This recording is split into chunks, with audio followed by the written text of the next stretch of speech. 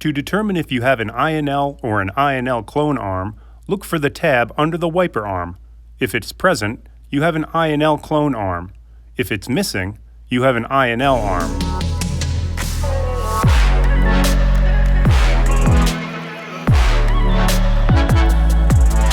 Here's how to install a Rain-X Vision wiper blade on an I&L clone arm. First, remove the pre-installed adapter from the wiper blade. Find the release button on the side of the adapter, lift the button and slide forward. Remove and discard the adapter. Locate the packaged adapter labeled M4.